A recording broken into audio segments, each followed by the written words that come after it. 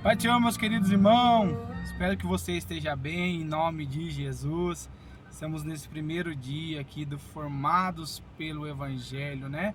Essa série de estudos. E hoje é o primeiro dia, nós vamos estar falando do capítulo 1 de Mateus. Vai ser benção. Espero que você seja edificado em nome de Jesus. Amém? Formados pelo Evangelho. Capítulo 1 de Mateus. O tema, meus irmãos: Deus entra na nossa história para nos salvar. Jesus entrou na nossa história para nos salvar, irmãos. E eu quero falar o primeiro tópico com vocês da exegese bíblica. O que o texto está dizendo naquele tempo, explicando de uma forma mais simples para o meu e o seu entendimento. Amém, meus irmãos? Mateus começa o evangelho mostrando quem é Jesus e da onde ele veio, meus irmãos. Ele faz isso porque estava escrevendo principalmente para os judeus, que acreditavam que Jesus, o Messias, tinha que provar a sua origem. Então, Mateus está escrevendo principalmente ali voltado para os judeus. Mas Mateus também deixa claro, irmãos, que Jesus não apareceu do nada. Jesus não é um acaso. Jesus sempre fez parte da salvação. Jesus sempre fez parte dos planos de Deus desde o começo para salvar a humanidade.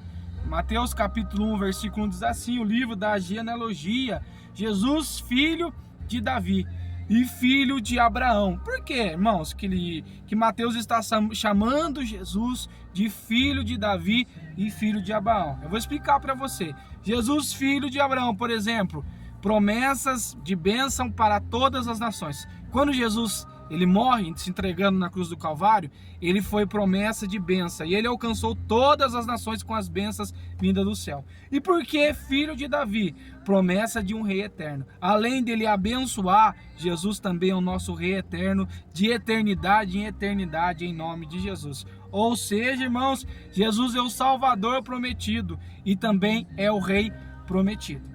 Mateus 1,17, de sorte que todas as gerações, desde Davi, são 14 gerações, e de Davi até o cativeiro babilônico são mais 14 gerações.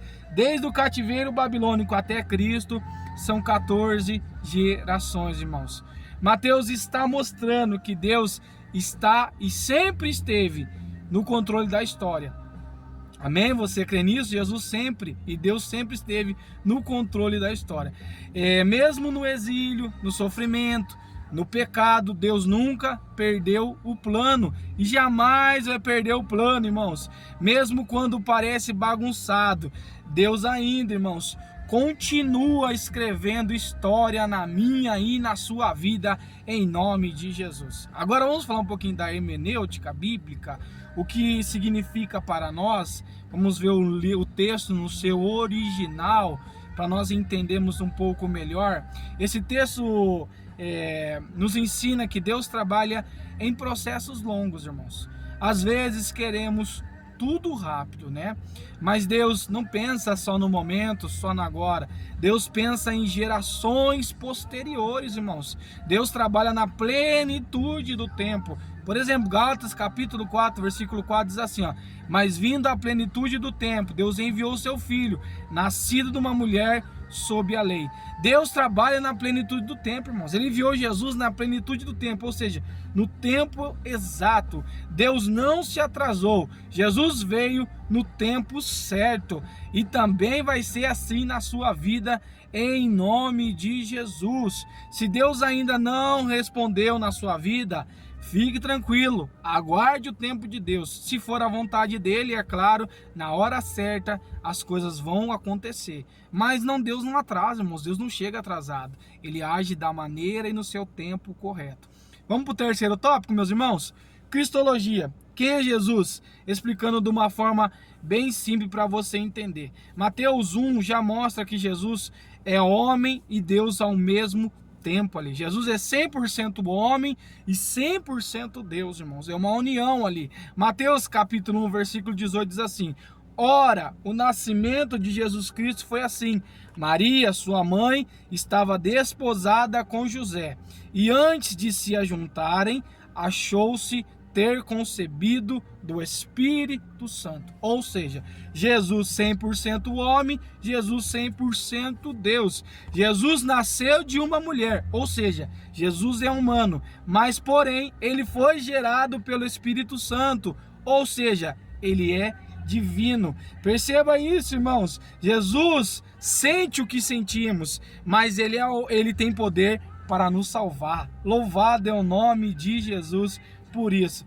Mateus capítulo 1, por exemplo, versículo de número 23 diz assim: eis que a virgem conceberá e dará luz a um filho, e chamá-lo-á pelo nome de Emanuel, que é traduzido Deus conosco. Irmãos, eu quero explicar bem para vocês sobre esse texto. Eu estou indo um pouco mais devagar para você entender com clareza as informações, tá bom? Mas não vai ser um texto, um vídeo muito longo. Emanuel não é somente um nome bonito, irmãos. Significa que Deus se aproximou de nós. Deus não está distante. Ele caminha com você. Ele caminha comigo, irmãos. Louvado é o nome de Jesus. O que diz em João 1,14? Eis que o verbo se fez carne e habitou entre nós. Jesus caminha contigo. Ele está entre nós, irmãos. A sua presença é real. E por intermédio do Espírito Santo de Deus, nós sentimos a Jesus, sentimos o Espírito Santo de Deus. Deus entrou na nossa realidade. Ele conhece a dor, Ele conhece a rejeição, Ele conhece o sofrimento. Tudo que você passa, irmãos, Jesus já sabe, porque Ele passou coisas muito piores. Vamos falar agora um pouquinho sobre a teologia sistemática. O que aprendemos sobre a fé cristã? Mateus capítulo 1 nos ensina que porque Jesus veio. Vamos ver por que Jesus veio. Vamos aprender sobre isso. Mateus 1:21. E dará à luz um filho, e chamará o seu nome Jesus, porque ele salvará o seu povo dos seus pecados. Agora nós vamos entender um pouquinho a respeito disso. Meus amados e queridos irmãos, Jesus não veio, irmãos, à toa. Jesus não foi algo simplesmente perdido da parte do Senhor. E Ele não veio somente para melhorar comportamentos ou só dar bênção material, mas Ele veio resolver um problema que era crucial para a humanidade. Que problema é esse, Evandro? O problema do pecado, irmãos. Jesus veio para morrer por nós, levar os nossos pecados para a cruz do Calvário. Atos capítulo 4, versículo 14 diz assim: em nenhum outro há salvação, nenhum outro caminho há senão Jesus, porque também debaixo do céu nenhum outro há dado entre os homens pela qual devemos ser salvos. Por intermédio de Jesus que nós alcançamos salvação. Jesus não é um caminho entre outros, Jesus é o único e verdadeiro caminho para nossas vidas. Você crê nisso em nome de Jesus?